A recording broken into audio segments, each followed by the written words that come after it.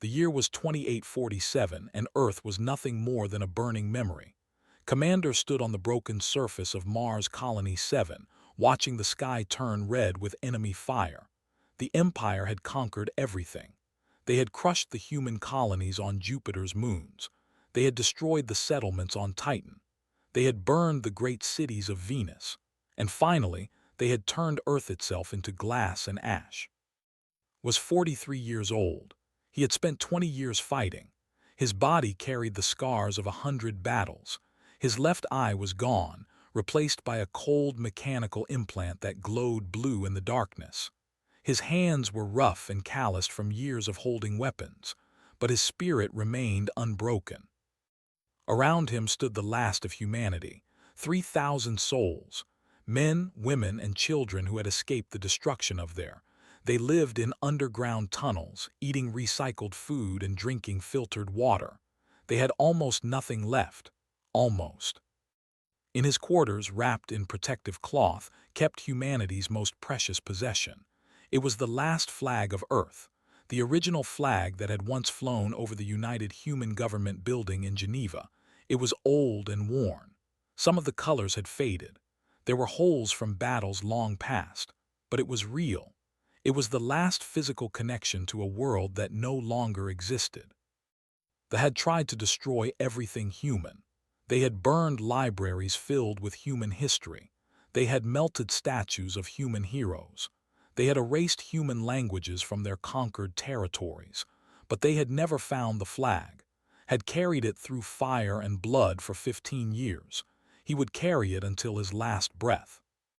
They were a proud species. They stood 8 feet tall with silver skin and 4 arms. Their technology was centuries ahead of humanity's. Their ships could cross star systems in days. Their weapons could level mountains with a single shot. They believed they were the chosen rulers of the galaxy. They called humans insects, vermin, a species too primitive to deserve existence. But they had made a mistake. They had underestimated human will. Called a meeting in the deepest chamber of the colony. The surviving leaders gathered around a flickering holographic display. General Maya was there. She was 70 years old but still sharp as a blade. Dr. Amir attended as well. He was the man who had kept their people alive with limited medical supplies. Young Captain represented the pilots. She had destroyed more ships than anyone else still living. They looked at with tired eyes. They had been running for so long, fighting for so long. Hope was a distant memory for most of them. Pulled out the flag and unfolded it slowly. The room fell silent. Some of the younger officers had never seen it before. General's eyes filled with tears. She remembered the day Geneva fell. She remembered watching the flag being lowered as enemy ships filled the sky. Spoke in a steady voice. He told them that running was over. He explained that they could not hide forever. They were hunting them across the stars. Every month their numbers grew smaller. Every month they lost more ground. If they continued like this, humanity would be extinct within a decade. But there was another option. Had been gathering intelligence for years. He had made contacts with other enslaved species. They had conquered hundreds of worlds. Billions of beings lived under their cruel rule. They were afraid, yes, but they were also angry. They needed a spark to ignite their rebellion. They needed to see that they could be hurt. Proposed the unthinkable. He wanted to attack not to destroy it. They did not have the power for that, but to strike at the heart of the empire, to show every enslaved species in the galaxy that the masters could bleed. The room exploded with objections. It was suicide. It was madness. They had 37 ships against the greatest fleet in known space. General stood and demanded to know how this was different from throwing their lives away. Pointed at the flag. He told them that this piece of cloth had survived the fall of Earth. It had survived the burning of the colonies.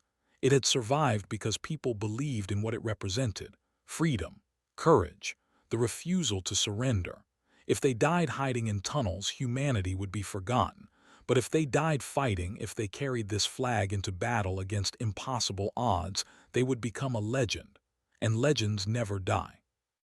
The silence that followed was heavy. Then young Captain stood. She said she would rather burn bright than fade away.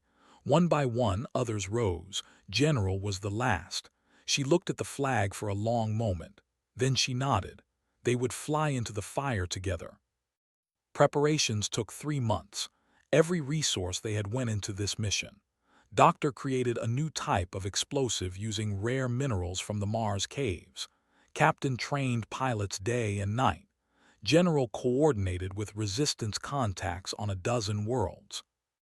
The day of the attack arrived. Addressed his people one final time. He did not promise victory. He promised something more important.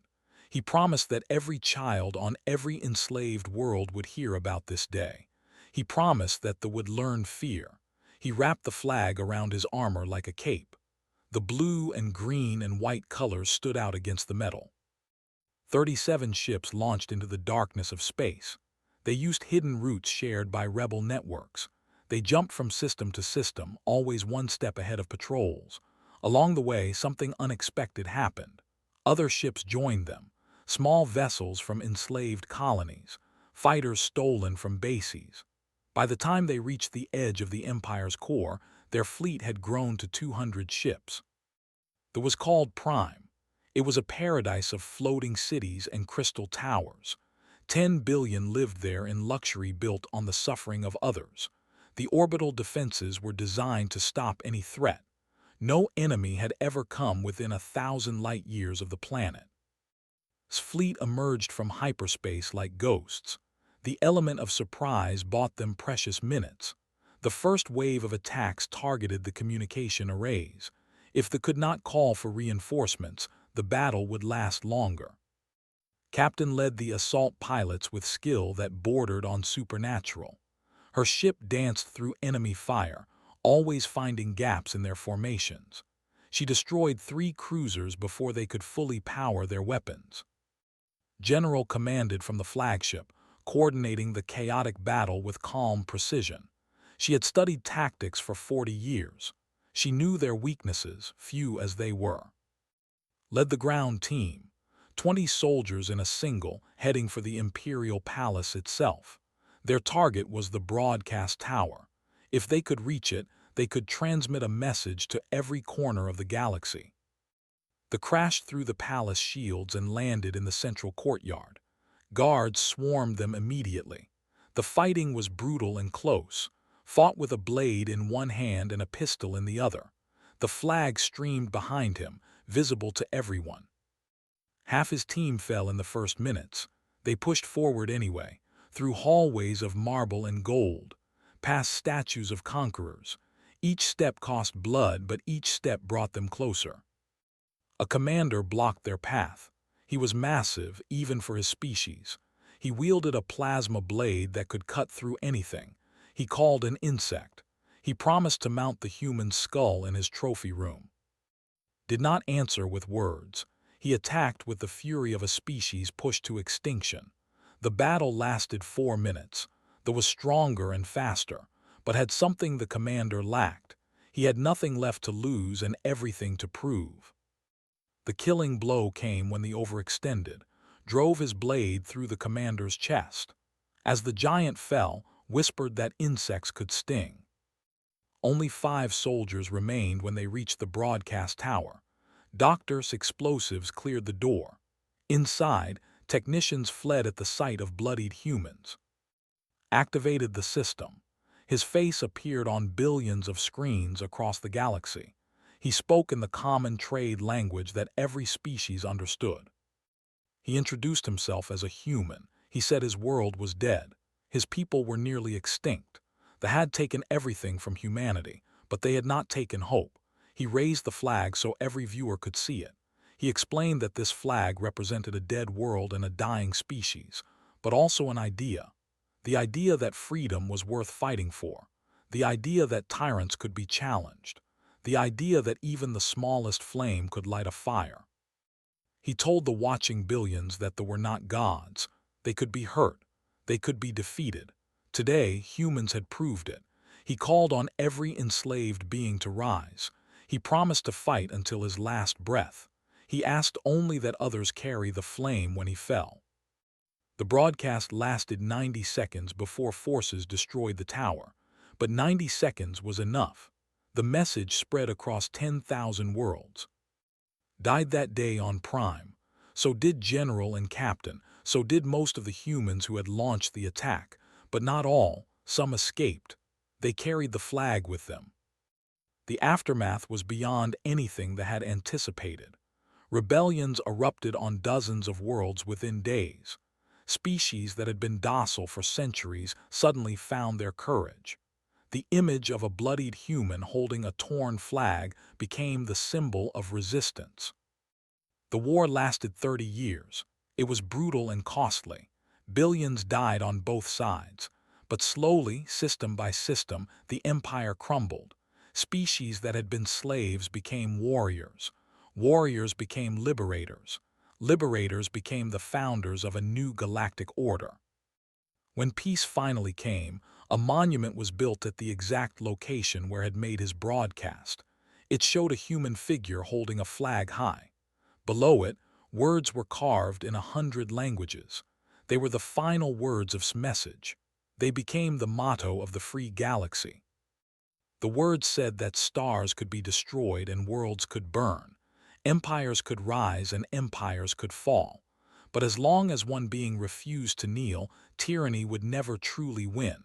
Freedom was not a gift from rulers. It was a fire that lived in every heart. It could be buried but never extinguished. It could be forgotten but always remembered. Humanity never became numerous again. The survivors numbered less than 10,000 by the war's end. But their legacy shaped galactic civilization for. Human became legendary. Human courage became inspiration. The flag of Earth flew in government buildings across 1,000 worlds. Became more than a man. He became an idea. The idea that one person with conviction could change the fate of worlds. That hope was the most powerful weapon in existence. That the smallest light could hold back infinite darkness. And somewhere in the great memorial on Prime, the original flag still hung. Faded, torn, marked by blood and fire, but still flying, still refusing to fall. A beacon of resistance for all who would never surrender.